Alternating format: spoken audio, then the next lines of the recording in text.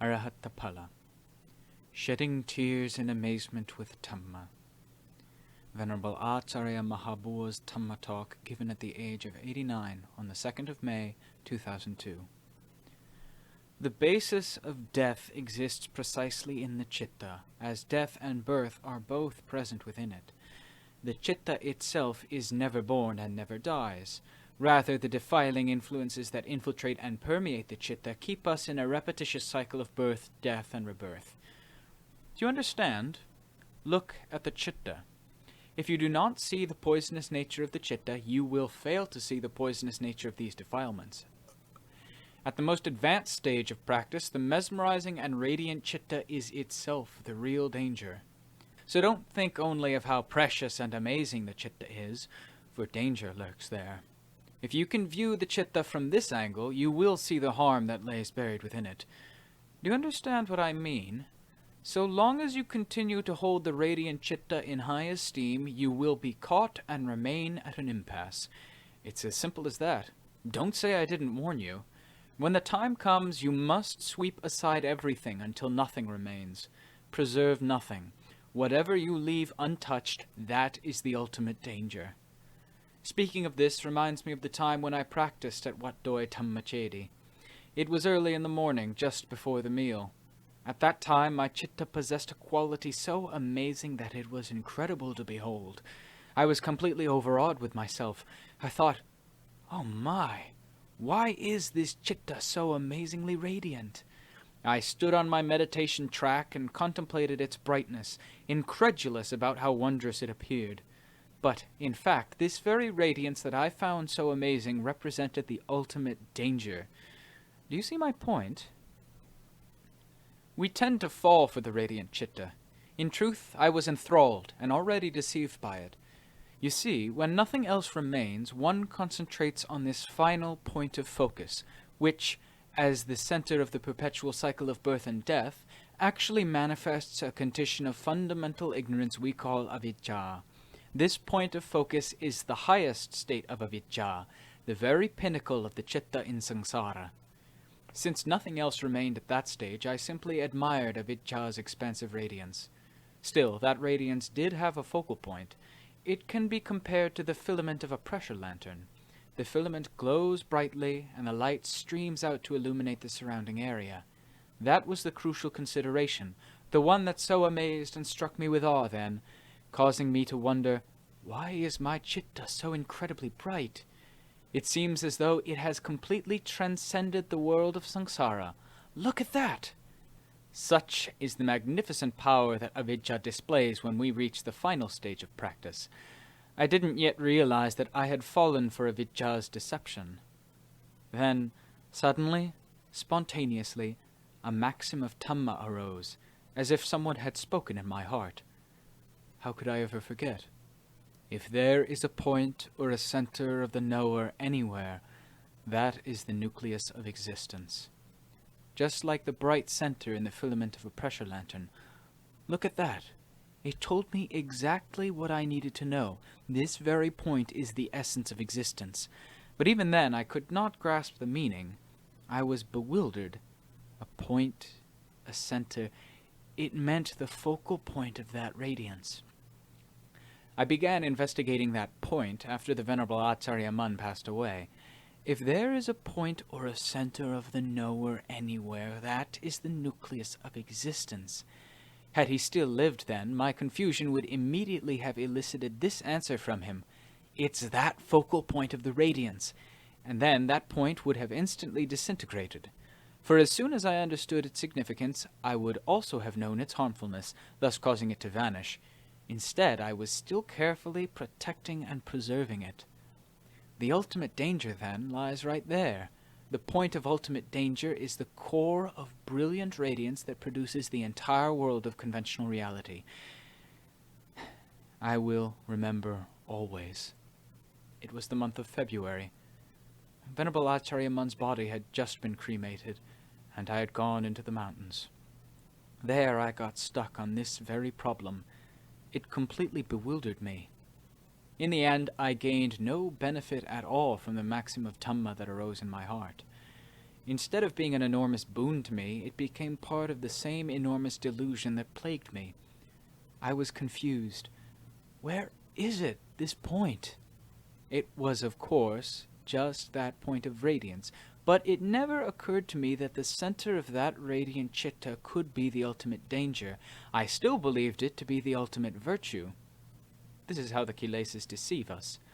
Although I had been warned that it was the ultimate danger, it still cast a spell on me, making me see it as the ultimate virtue.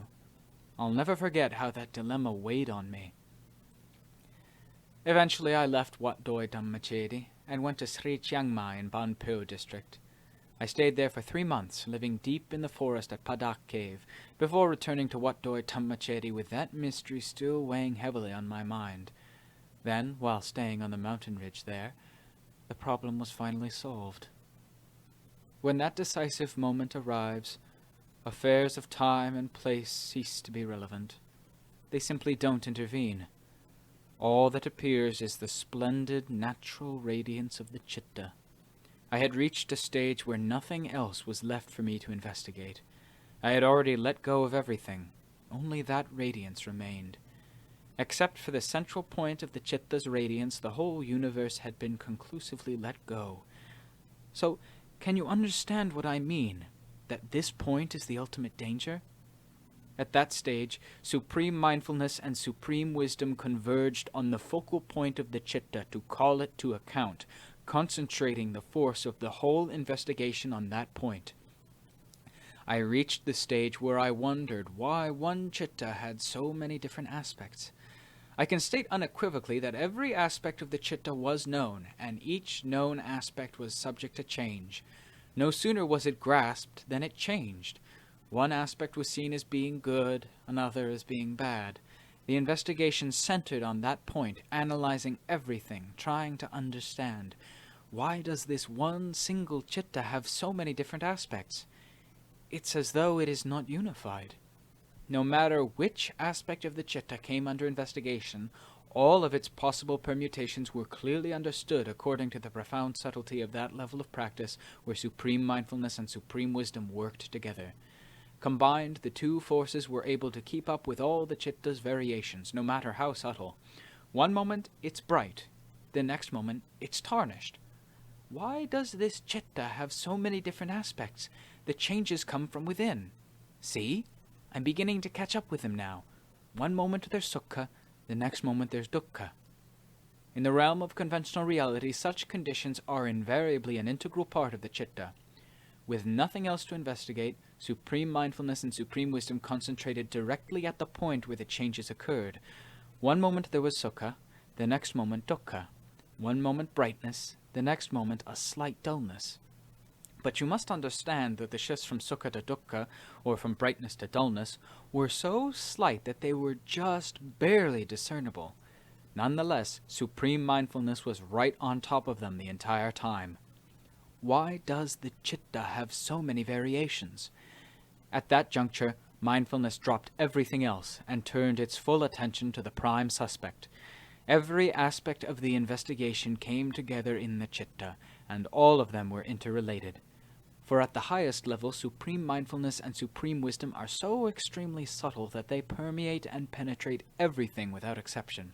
Supreme mindfulness and supreme wisdom at this paramount level differ from the automatic mindfulness and wisdom that are used to reach that final stage. Automatic mindfulness and wisdom work in unison without prompting. They investigate things in successive stages, chopping them to pieces, section by section.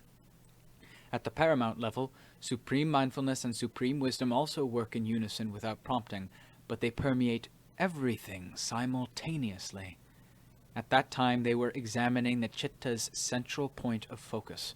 All other matters had been examined and discarded. There remained only that one small point of knowingness. It became obvious that both sukha and dukkha issued from that source. Brightness and dullness, the differences arose from the same origin. Why was it that one chitta had so many different characteristics? Then, in one spontaneous instant, Dhamma answered the question. Instantaneously, just like that. This is called Dhamma arising in the heart. Kilesas arising in the heart are forces that bind us. Dhamma arising in the heart frees us from bondage. Dhamma arose suddenly, unexpectedly, as though it were a voice in the heart. Whether it is dullness or brightness, sukha or dukkha, all such dualities are anatta. There. Ultimately, it was anatta that excised those things once and for all. This final conclusive insight could arise as any one of the tilakkhana, depending on a person's character and temperament. But for me personally, it was anatta. The meaning was clear. Let everything go. All of them are anatta. Suddenly, in comprehending that these differing aspects, dullness, brightness, sukha and dukkha, are all anatta, the citta became absolutely still. Having concluded unequivocally that everything is anatta, it had no room to maneuver. The citta came to rest, impassive, still, in that level of Dhamma. It had no interest in atta or anatta, no interest in sukha or dukkha, brightness or dullness. The citta resided at the center, neutral and placid, but it was impassive with supreme mindfulness and supreme wisdom, not vacantly impassive, gaping foolishly like the rest of you. Speaking in mundane terms, it seemed inattentive, but in truth it was fully aware. The citta was simply suspended in a still, quiescent condition.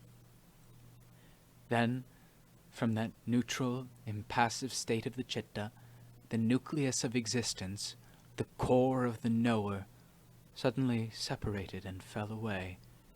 Having finally been reduced to anatta, brightness and dullness and everything else were suddenly torn asunder and destroyed once and for all. In that moment, when avijja flipped over and fell from the citta, the sky appeared to be crashing down as the entire universe trembled and quaked. For, in truth, it is solely avijja that causes us to wander constantly through the universe of samsara. Thus, when avijja separated from the citta and vanished, it seemed as if the entire universe had fallen away and vanished along with it. Earth, sky, all collapsed in an instant. Do you understand? No one sat in judgment at that decisive moment. That natural principle arose on its own and passed its own judgment. The universe then collapsed on its own. Originating from a neutral state of the citta, the happening took place all so suddenly. In an instant the entire cosmos seemed to flip over and disappear. It was so brilliant. Oh my. Really and truly magnificent, too extraordinary to be captured in words. Such is the amazing nature of the Dhamma that I now teach. Tears flowed when I experienced it. Look at me, even now. Even now my tears are flowing at the recollection of that event. These tears are the work of the khandhas. Please understand that they do not exist in the natural state of purity that appeared at that moment. That natural state appeared suddenly, in all its incredible magnificence. I want all of you who are so complacent to realize what the Dhamma of the Lord Buddha is really like. Oh, so truly, truly amazing! My goodness, the tears came streaming down my face. Utterly astounded, I exclaimed, "Is this how the Lord Buddha attained enlightenment? Is this how he attained enlightenment? Is this what true Dhamma is like?" It was something that I had never conceived or imagined. It simply arose unexpected in an instant. Oh, indescribably amazing. Look at me. I am crying even now as I remember how amazing it was. The memory is still fresh in my mind. It has remained with me ever since. My whole body trembled at that moment. It's difficult to explain. Everything happened at once.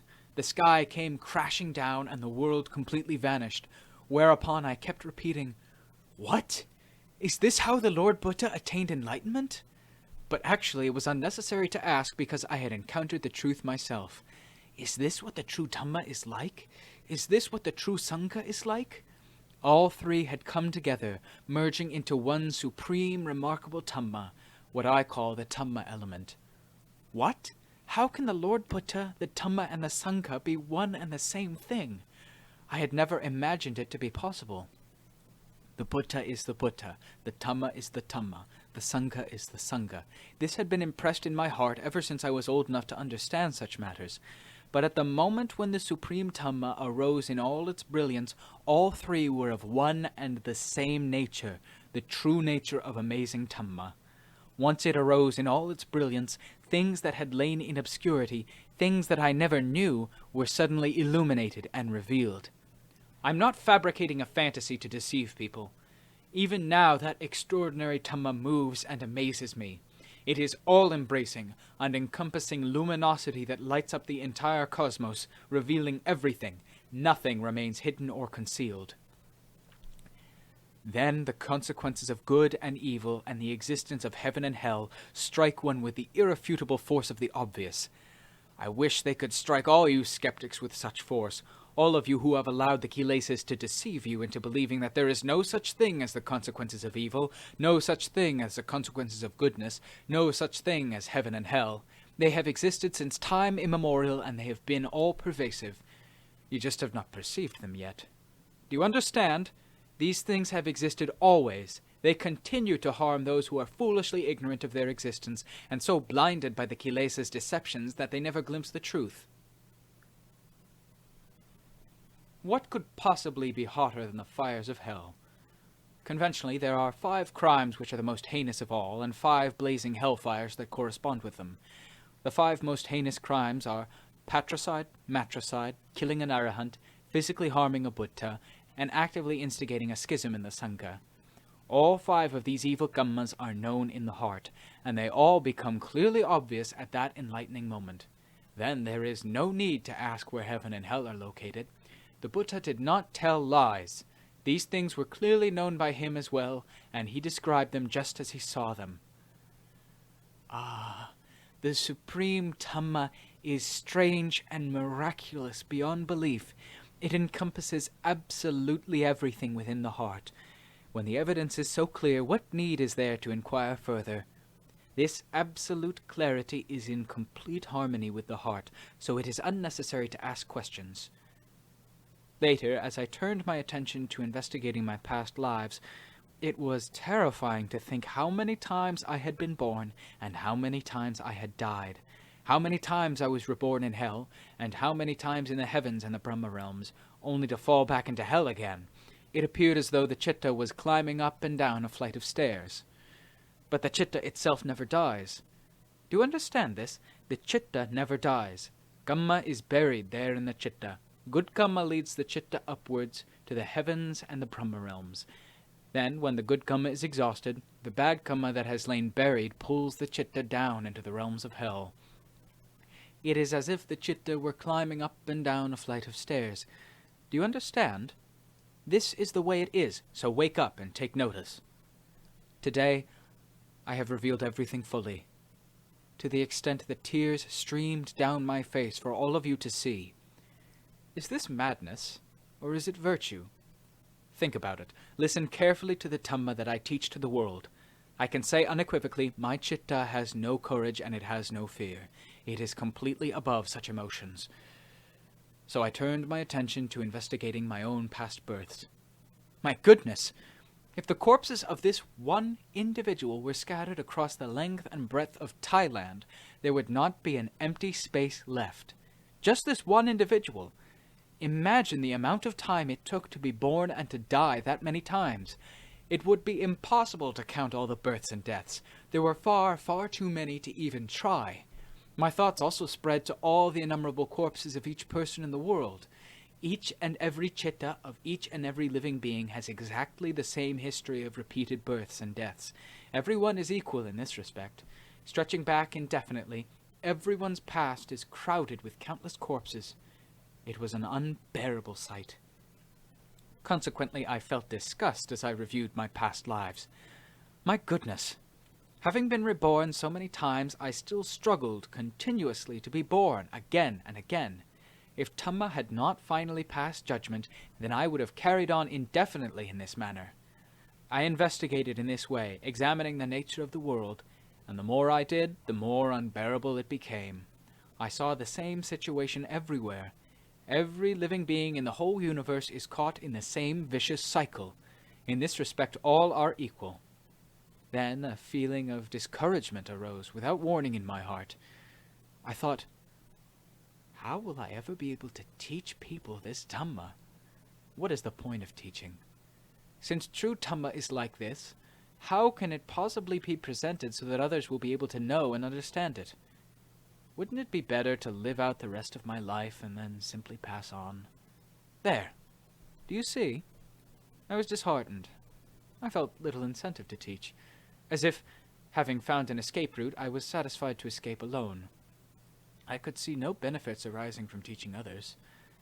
That is how I considered the matter at first. But that wasn't the end of it.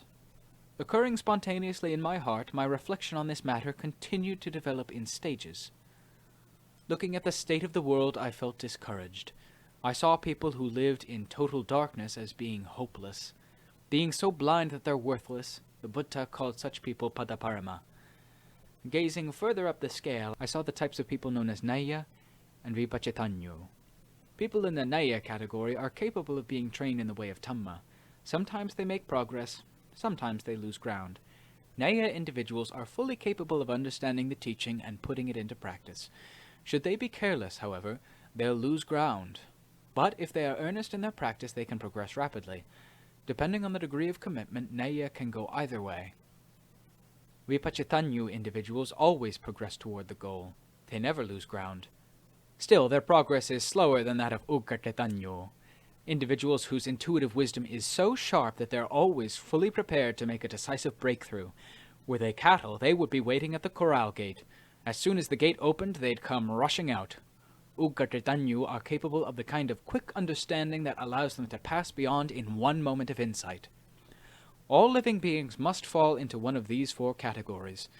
As I investigated the nature of the world, it separated naturally, of its own accord, into these four types of individuals. I could see that superior individuals existed in that multitude of humanity which I had felt so discouraged about teaching. Ugatetanyo. They were fully prepared to cross beyond in an instant. In descending order, there were Vipachetanyo, those progressing quickly toward the goal, then the Naya, whose desire to lie down and take it easy competes with their desire to be diligent. Do you see what I mean? Those two opposing forces are vying for supremacy within their hearts. And finally, Padaparama, those who are human in physical appearance only. They have gained nothing at all to enhance their future prospects. Death for such people is death without distinction. There is only one possible direction they can go: down, and they fall further and further with each successive death. The way up is blocked, for they have gained absolutely nothing beneficial to take along with them. They can only go down. Remember this well. This teaching comes straight from my heart. Do you think I am bluffing and telling you deliberate falsehoods? When compared with a heart that's absolutely pure, the world is one big refuse bin, containing different grades of garbage. From the highest, Ugatetanyo, to the lowest and most common grade, Padaparama, all possible types are gathered together in the same great receptacle. The entire world of conventional reality is one big contaminated mix of good things and bad things. Do you understand?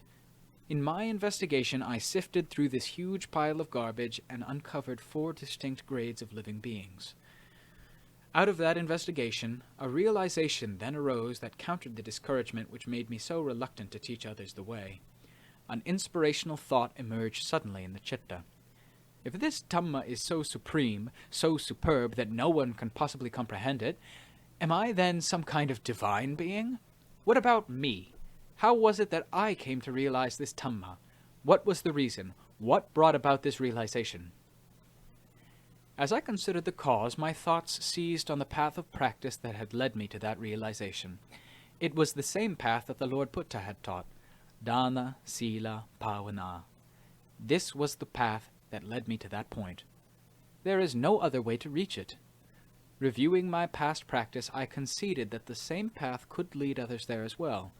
Maybe there were only a few, but there definitely were some who could make it. I could not deny that. The awareness that it would benefit at least some people encouraged me to begin teaching those who were worthy to be taught. After that, monks began to gather around me in the forests and mountains where I lived, and I taught them to be resolute in their practice. Gradually, little by little, my teaching began to spread, until it extends far and wide today. Now people from across Thailand and around the world come to listen to Acharya Mahabua expound the Dhamma. Some travel here to hear me talk in person. Some listen to taped recordings of my talks that are broadcast throughout Thailand on the radio and the internet. I can assure you that the Dhamma I teach does not deviate from those principles of truth that I myself have realized. Do you understand me? The Lord Buddha taught the same message that I am conveying to you. Having said this, I want to exclaim Sadhu. Although I am a mere mouse compared to the Buddha, the confirmation of that realization is right here in my heart. All that I have fully realized within myself concurs with everything that the Lord Buddha taught. Nothing that I have realized contradicts the Lord Buddha in any way. The teaching that I present is based on principles of truth which I have long since wholeheartedly accepted. That's why I teach people with such vigor as I spread my message throughout Thailand. Speaking conventionally, I talk boldly as if I were a conquering hero. But the supreme Dhamma in my heart is neither bold nor fearful. It has neither loss nor gain, neither victory nor defeat. Consequently, my teaching emanates from pure, unadulterated compassion. For example, if I see a dogfight and proceed to pull them apart to stop them from biting each other, I don't have any interest in who's winning and who's losing. It's the dogs who care. They are the ones who are biting, so they are the ones in pain. I simply grab and separate them so they will stop biting each other. Such is the nature of Dhamma. Dhamma tries to separate people who are always quarreling, always arguing over who is right and who is wrong. This is akin to what I've said about present-day Thailand. The comparison is appropriate. Let the Dhamma speak for itself. At this time I am very involved with the world. No one is more involved than Acharya Mahabua. By that I mean that I am constantly engaged in separating the dogs of this world so they won't keep biting each other. These days, both lay people and monks act like dogs, shoving themselves forward and howling noisily as they fight for the honors. So I teach them Dhamma, which is equivalent to separating and restoring calm among fighting dogs. Dhamma represents the truth. If we relinquish all that is false and hold only to that which is true, then both the people in our society and the monks who uphold the sasana will live in peace. But since all the dogs, both the good and the evil ones, are fighting right now, the country is in turmoil. The Buddha Sasana regards people's hearts as the main staging ground.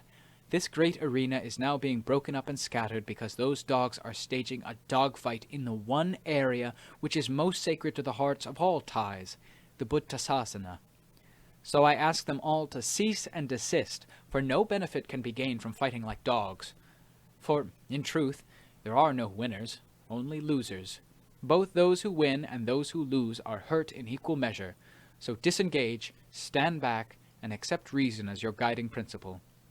In that way, Thailand, its citizens, and the Sasana will all have peace and happiness. Nothing disastrous will then befall the country. Those who bare their teeth and boast that they are championing a just cause are, without exception, already badly defeated. No one is right because arguing is always wrong. Just like two boxers slugging it out in the ring, both the winner and the loser come away battered and bruised. Who can take pride in that? It's not something to boast about. Arguing fosters bitterness and resentment in both parties. It becomes a battle of views and opinions, an attempt to glorify oneself that degenerates into a shouting match where no one listens to reason.